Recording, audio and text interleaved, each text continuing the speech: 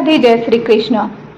आइए चलिए श्रावण पुत्रदा एकादशी व्रत की कथा श्रवण करते हैं।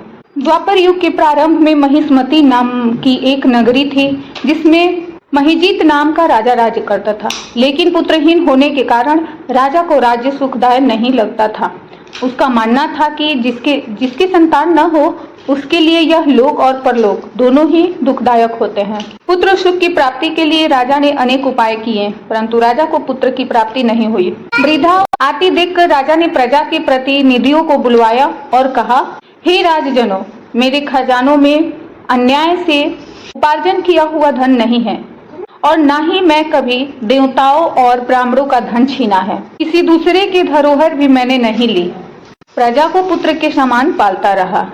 मैं अपराधियों को पुत्र तथा बांधवों की तरह दंड देता रहा। कभी किसी से घृणा नहीं की, कुछ समान माना है। सज्जनों की सदैव पूजा करता हूँ। इस प्रकार धर्म युक्त राज करते हुए भी मेरे पुत्र नहीं है, इसलिए मैं अत्यंत दुख पा रहा हूँ। इसका क्या कारण है? राजा महिजीत की इस बात को विचारने के लिए मंत्री तथा प्रजा के प्रतिनिधि वन को गए। वहाँ बड़े बड़े ऋषियों के दर्शन किए। उत्तम कामना की पूर्ति के लिए किसी श्रेष्ठ तपस्वी मुनि को फिरते रहे। आश्रम में उन्होंने एक अत्यंत वयोवृद्ध धर्म के ज्ञाता बड़े तपस्वी परमात्मा में मन लगाए हुए हार जितेंद्रिय जितात्मा जित क्रोध सनातन धर्म के तत्वों को जानने वाले समस्त शास्त्रों के ज्ञाता महात्मा थॉमस मुनि को देखा, जिनका कल्प से कि व्यतीत होने पर एक रोम गिरता था। सबने जाकर ऋषि को प्रणाम किया। उन लोगों को देखकर मुनि ने पूछा कि आप लोग किस कारण से आए हैं? संदेश, मैं आप लोगों का हित करूंगा।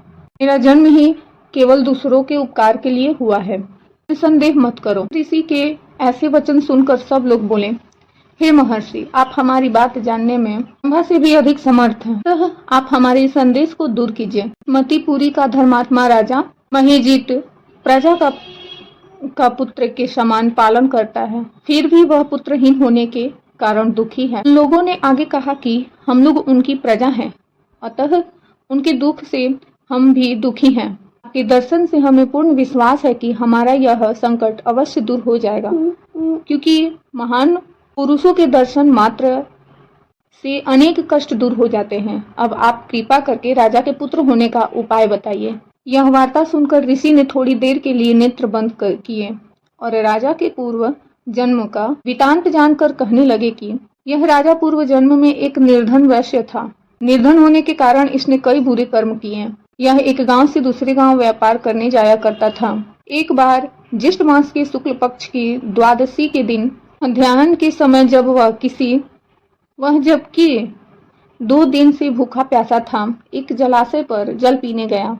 उसी स्थान पर एक तत्काल की ब्याही हुई प्यासी गौ जल पी रही थी।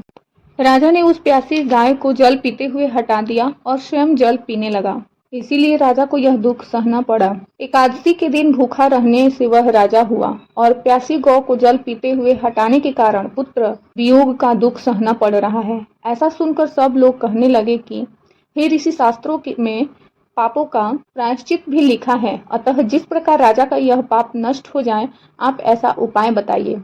लोमस मुनि कहने लगे कि हे श्रावण शुक्ल पक्ष की एकादशी को, जिसे पुत्रदा एकादशी कहते हैं, तुम सब लोग व्रत करो और रात्रि को जागरण करो, तो इससे राजा का यह पूर्व जन्म का पाप अवश्य नष्ट हो जाएगा। साथ ही राजा को पुत्र की प्राप्ति होगी। लोमस ऋषि के ऐसे वचन सुनकर मुनियों सहित सारी प्रजा नगर को वापस लौट आई और जब श्रावण शुक्ल एकादशी आई तो ऋषि की आज्ञा अनुसार सबने पुत्रदा एकादशी का व्रत और जागरण किया। इसके पश्चात द्वादशी के दिन इसके पुण्य का फल राजा को दिया गया। उस पुण्य के प्रभाव से रानी ने गर्भ धारण किया और प्रसव काल समाप्त होने पर उसके एक बड़ा तेजस्वी पुत्र उत्पन्न हुआ। इसीलिए हे राजन, इस श्रावण शुक्ल एकादशी का नाम पुत्रदा एकादशी पड़ा। अतः संतान सुख की इच्छा हासिल करने वाले इस व्रत को अवश्य करें। इसके महात्म को सुनने से मनुष्य सब पापों से मुक्त हो जाता है और इस लोक में संतान सुख भोग कर परलोक में स्वर्ग को प्राप्त होता है। इसी के साथ श्रावण पुत्रदा एकादशी व्रत कथा समाप्त होता है। बोलिए विष्णु भगवान की जय।